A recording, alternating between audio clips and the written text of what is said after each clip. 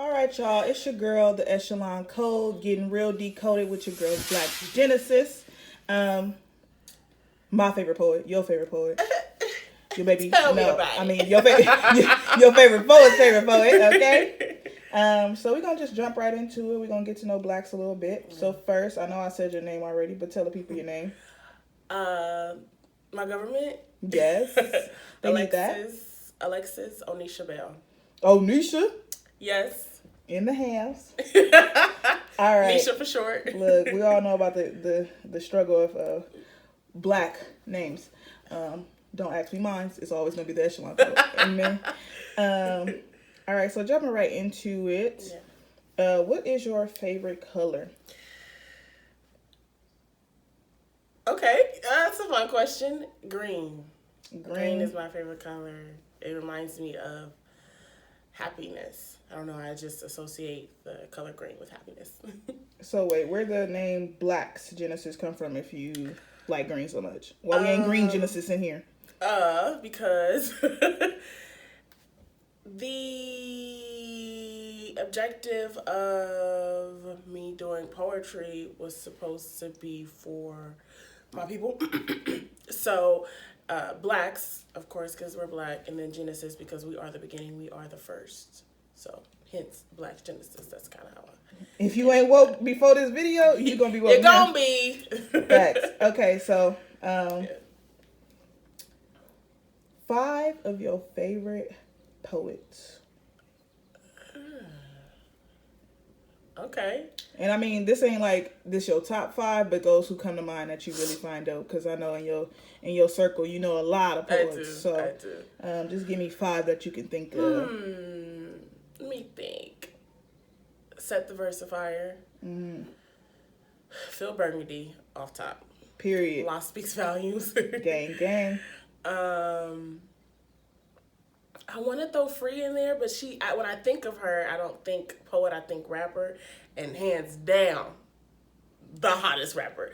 But PG-11. Yes. So we have Set the Versifier, Phil Burgundy, Law Speaks Volumes. You could throw her in there because rapping is that's an art form for sure. That's kind of a poetry. Free, aka Frey, or Frey, aka Free. Right. And one more. Let's see. It takes a lot to impress me. Let's see. We should have did Dead or Alive because I know you about to throw somebody up in here who you love dearly.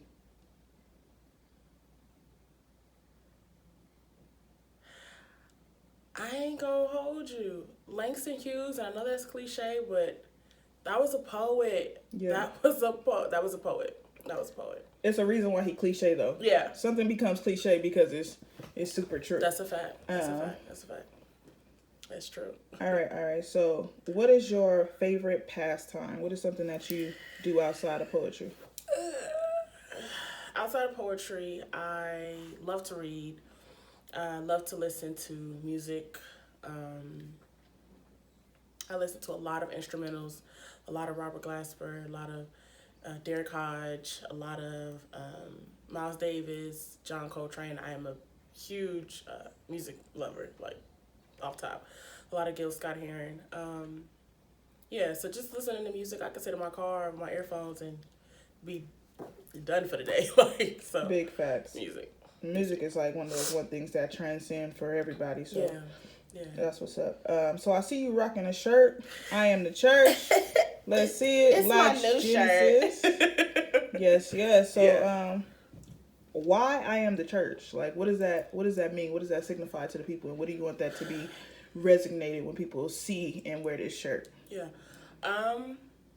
So I think, well, first of all, I needed merch to sell because that's how you make your money as an artist. But 2, I wanted it to be something that represented me and represented my poetry. And I actually have a poem called The Church. And I noticed, like, in the climate of today, we have a hard time distinguishing between religion and faith. And in my poem, I talk about the differences between the two and how they clash and how it's a detriment to society, to faith believers, to people who don't believe. It's just this one ball of misconception. And when God called us, he called us to serve and to serve with love and to be the church. Now, there's a scripture in the Bible, don't quote me about this. But Monday through Saturday, not just on Sunday, because I know a lot of people are sticklers about, go to church, go to church, go to church. But your salvation comes from believing. And you can believe Monday through Saturday. You can live your life Monday through Saturday the same way that you live it on Sunday. Now, most people don't. Mm-hmm. But that's where the conflict me comes included. In. They're working on me, Saints. They're working on me. I just think the way to please God is to be the church, to be who you were called to be. Everyone has a universal purpose. I know a lot of people in my generation, millennials, are always like, I don't know my purpose. I don't know what I'm supposed to be doing. You're supposed to be doing what we all supposed to be doing, serving. Amen. You are called to serve. You are called to love. You are called to not judge. You are called to, be the church, worship and praise, and not just in your meeting places, but outside of your meeting places. Who are you outside of church? Amen. Yeah. All right. So, how did you get into poetry? Like, what was that moment where you was like, I'm on this poetry shit, and y'all gotta hear what I gotta say. I started writing when I was younger. I was in the 3rd grade, and I wrote my first short story, and I would never forget it. My teacher called my mom, and she was just like blown away by my writing skills, and I was just like, okay, I can do something with this. And so by the time I turned 12, I was writing poetry. My aunt bought me a little poem book for Christmas, and I still have the book to this day. Actually, I have the design on the front of the book tatted on my back. So I'm real close to that. So I've been writing poetry for a long time. I started off in church. My grandmother is a preacher.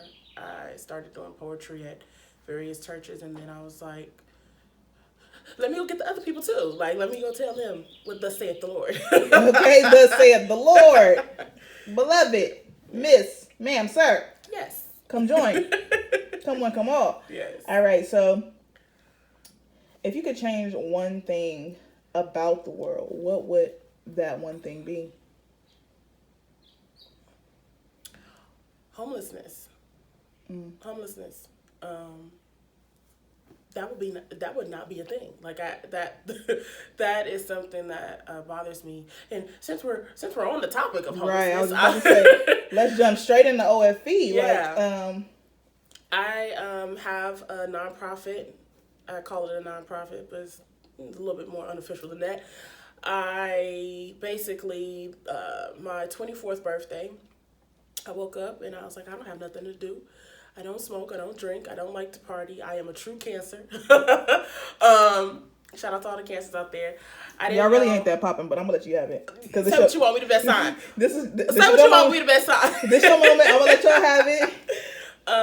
But I didn't know what to do, and I have always loved going down to Skid Row and helping out and doing what I can. So I cooked a really big meal, and I called my best friend, I called my grandmother, I called a couple other people and said, I'm about to go downtown and we about to hop out my car and we're about to serve. And from that day, I've never stopped. I also do something called the Grocery Love List, which I put money on a gift card to a grocery store, any grocery store, and I have people solicit their names via Instagram, and I do a random drawing every last Saturday of the month if I'm not doing a feeding. So OFE is just a really big part of my life. It's pretty much my ministry, and it's what I was called to do as far as like specifically BLACKSGENESIS. What is BLACKSGENESIS called to do? To serve and to feed and to go out there and fellowship with people who have probably, no doubtably, been forgotten about. Yeah.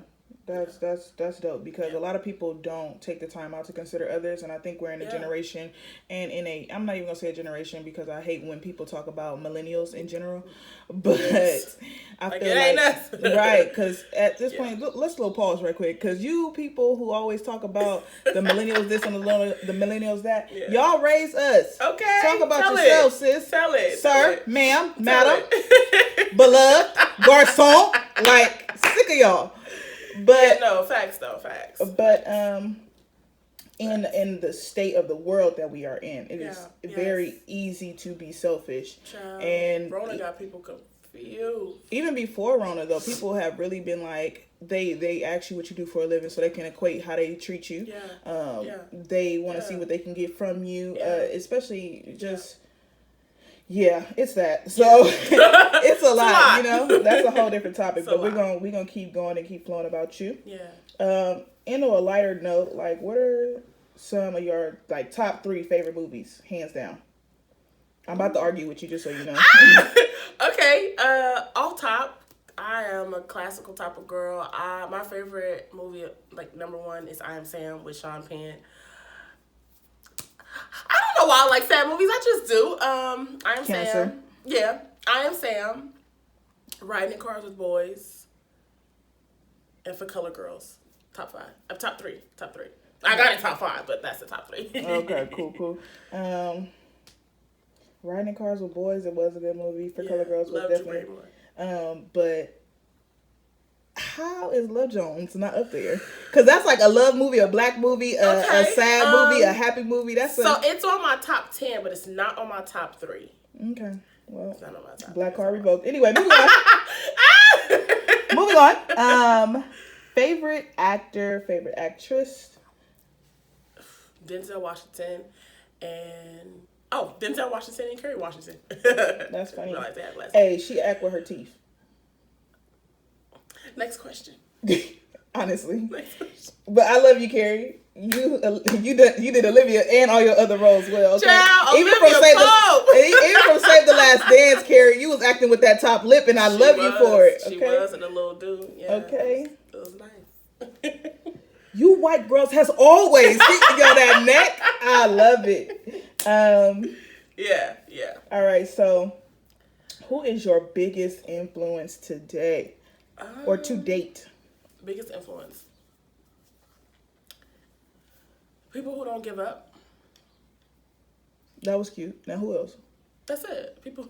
I know it sounds like, rehearsed, but people who don't give up. I don't really have anybody that I look up to and I'm like, oh, I want to be like that person. Because when I was younger, I was well aware that people will let you down. People will let you down.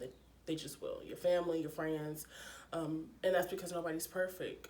Same with me. I'm pretty sure I've let people down. I'm not perfect. I won't ever claim to be. But the people who fall and get back up, oh, they're my people. Yeah, I feel you with that. I was just messing with you, but I do know that even not only being your friend and knowing a little bit more of your history than people who may be watching this, like, definitely Blacks is always rooting for the underdog. Period. And it is a testament to how she's gotten thus far, even if she isn't where she wants to be. It's like she knows that she's capable of so much more, and she knows that other people are, and it's too many opportunities out here to fail. So the people who don't give up, she holds on to them. Like, even with OFE, she goes above and beyond, and she knows me personally. I just can't. I can go above and beyond, but you get the money, I'm gonna get in the trenches. Yeah, cause y'all, I don't do dirt. I am so like hypochondriac when it comes to germs. Yeah. So that ain't my ministry. But moving on. So, what challenges you about the path that you're on right now? Like, what do you think is like an obstacle or some adversity that you feel like you either have already faced or you will face on the journey that you're on? And what is that journey? I think the biggest challenge, and I know I'm not just speaking for myself, but it's not living in the moment.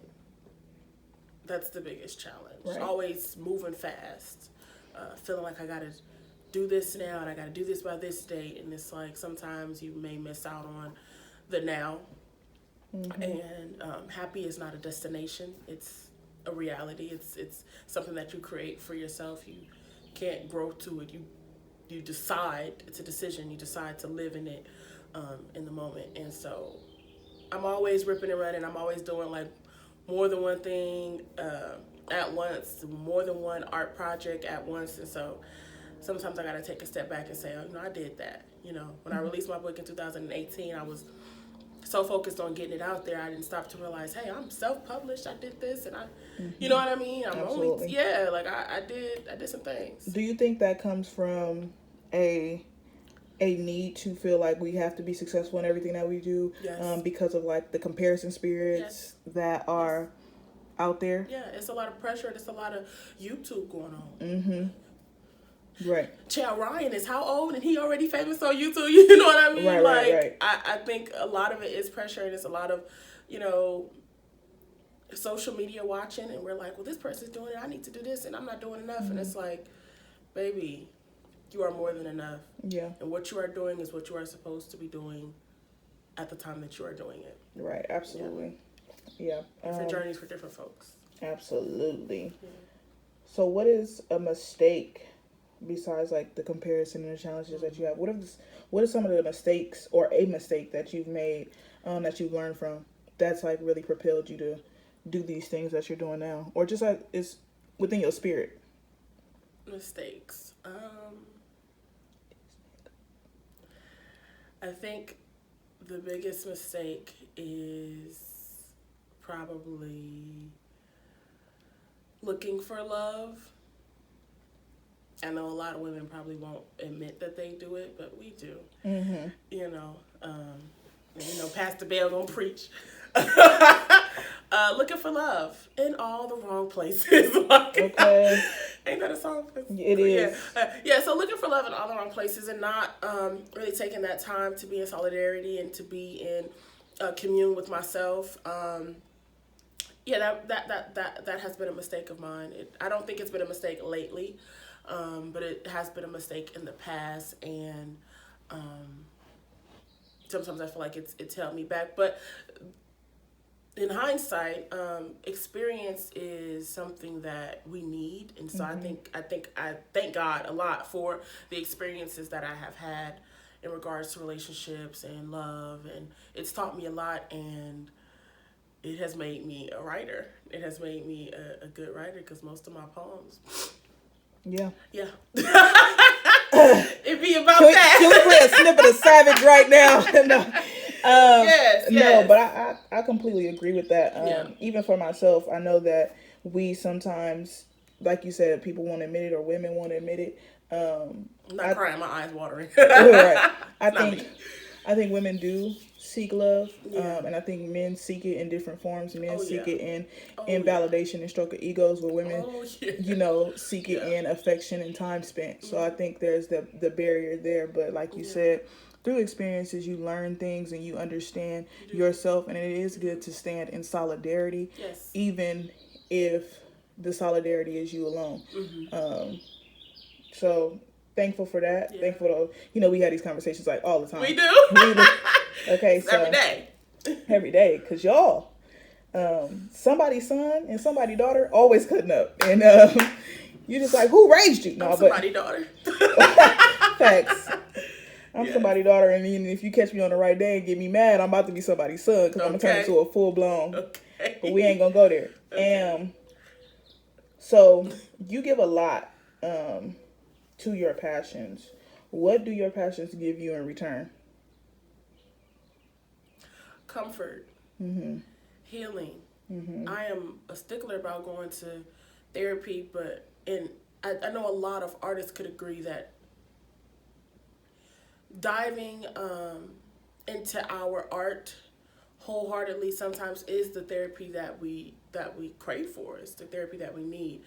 At therapy, you sit and talk to someone and you let it out. As a writer, I let it out on my paper, and then when I go, to these stages and get on there and perform, I let it out to them, and so the audience is I feel listened to, and so writing, gives me a sense of comfort in knowing that I'm doing what I'm supposed to be doing, sharing my light. Absolutely. So with the light that you're sharing, what do you think, if you can say one word, what do you think people would say as they spoke about you? Like, what is one word that kind of symbolizes who you are and you want people to be projected of you as? That's a good question. It's a lot of words Right. that I would hope people would remember me by, but probably persistent. Mm-hmm. Persistent in everything. Persistent with my love, persistent with my fellowship, persistent with my charity, persistent with my art. Just persistent. Okay, so I know we've talked a lot about your art and the things that you've done in the community, and how you started poetry, but like, who are you outside of that? Who are you outside of your art and your entrepreneurship? Who are you alone? I am a Black woman fighting every day for her people. I am a Black believer who's fighting every day for her God and fighting for humanity, in all honesty. I'm an advocate. I'm a server. I am here for the needs of others. I think about others a lot, all the time. So I'm an advocate, I guess. Right. So when you're not advocating for other people and you're not inspiring and doing all those other things that you do, where's a place that you feel at home? And I want to clarify that home is not an actual place, but home is where you reside in your state of being. I learned that in the yoga class when it was like, find home. You know, shout out to yoga. Yeah, shout out to yoga. Shout out to yoga. I ain't never been, but I want to go. And I know a black girl that does yoga. Actually, if y'all are looking it up, go to Black Swan Yoga Houston. They do free classes on IG Live. Yeah. Cause I used to live in Houston. Shout out to the H time. You feel me? No, but like, she spoke to me. My yoga instructor told me, and she was just like, "Find home," and I'm like, "Ma'am, I live in Compton." And she was just like, "No, like, can't stand you. Center yourself. Like, where is your grounding in life? So what is home for you? Like, what does it feel like to be home? And then, like, do you consider home to be a certain space, like when you're outside, when you're in nature, or That's good. So home for me, like my safe space, my peace, would probably be by bodies of water, like the beach.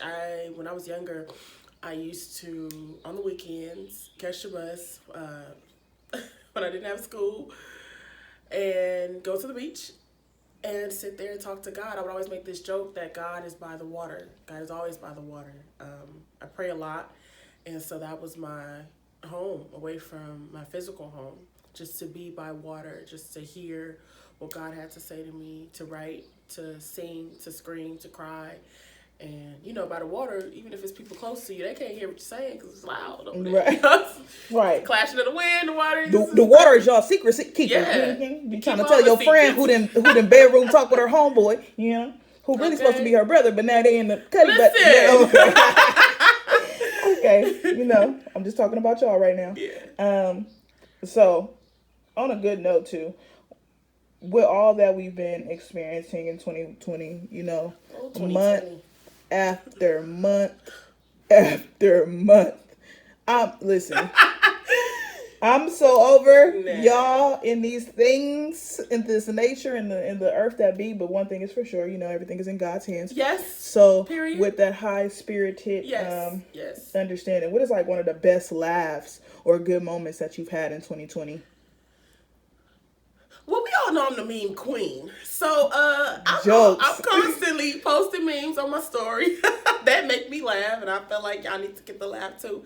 So social media is a happy place for me. Instagram is my thing. I Instagram is for the memes and the laughs and the jokes. I don't really, do much on there. I'm trying to get this girl on Twitter because the memes that y'all get on Instagram be 3 months old on Twitter. Like, for real? Yo, you could be laughing for God. centuries before everybody else. So now I know how people feel me. Like, I've seen that 28 times already. So it's that's old.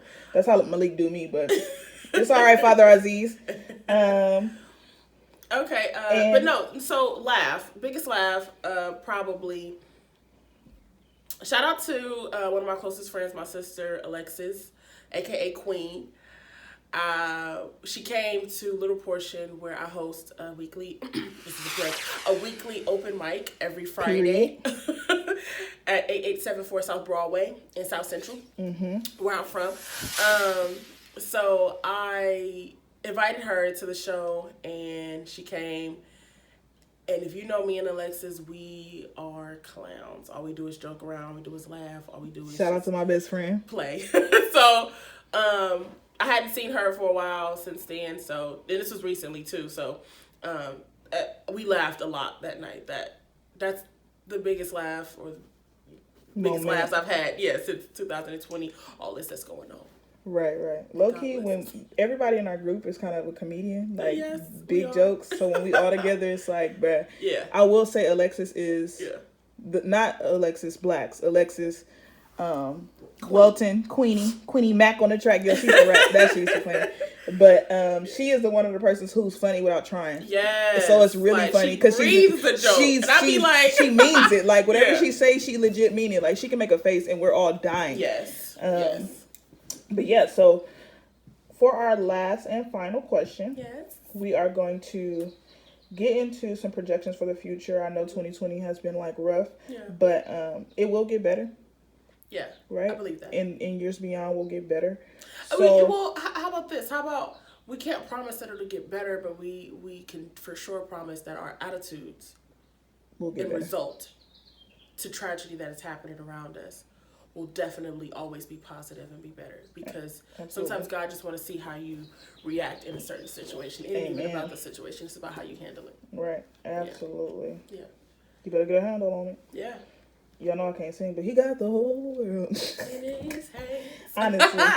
So in that, with your eyes closed, what do you see in regards to your work and your in the future of Black's Genesis and I Am the Church and OFE and Little Portion and all of that with your eyes closed? You want me to say it with my eyes closed? Yeah, for sure. Oh, okay. So in regards to the entire Black's Genesis brand, OFE, everything, I see so many people being set free from my poetry, so many people being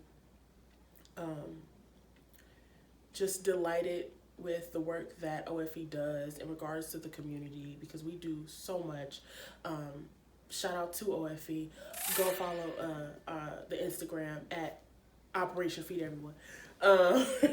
I just see so much for myself. I see New York Times bestsellers. I see Nobel Peace Prizes. I see me acting. I see me doing work in the studio because she raps too. Shout out to the 2 songs I got out now. Okay. I just see so much that I know is going to be 10 times more than what I actually see right now. You know, the future has so much for Alexis. And I'm ready. It's been a long time coming. I'm ready. Okay. Amen. Yes. All right. So that was my final question. Yes. So this has been your girl, The Echelon Code. Follow me on Instagram at THE.ECHELONCODE. I'm going to let Blacks go ahead and tell her handle.